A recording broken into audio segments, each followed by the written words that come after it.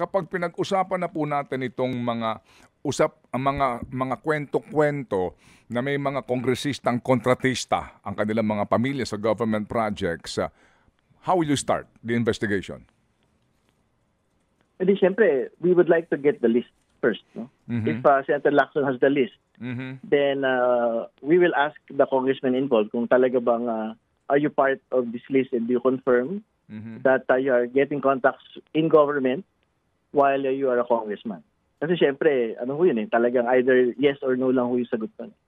Will you do that in open public hearing or will you talk to them first? I mean, as members of Congress, kumbaga, di ba, alam niyo yun, will that be in open public hearing o pag nakakuha na po kayo, kahit na po kasi yung listahan kasi baka mahirap makakuha actually, pero diyan naman po mismo sa loob, siguro alam na ho nila kung sino-sino sila. How will you deal with that particular, if I may say, conundrum?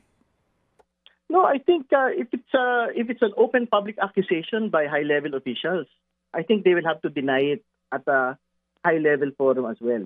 So, ibig sabihin, hindi naman obra na parang kakausapin lang yan kung anong gagawin nila. Ibig sabihin, they have to deny it. If the committee is the platform for it, then they will have to deny it at that platform.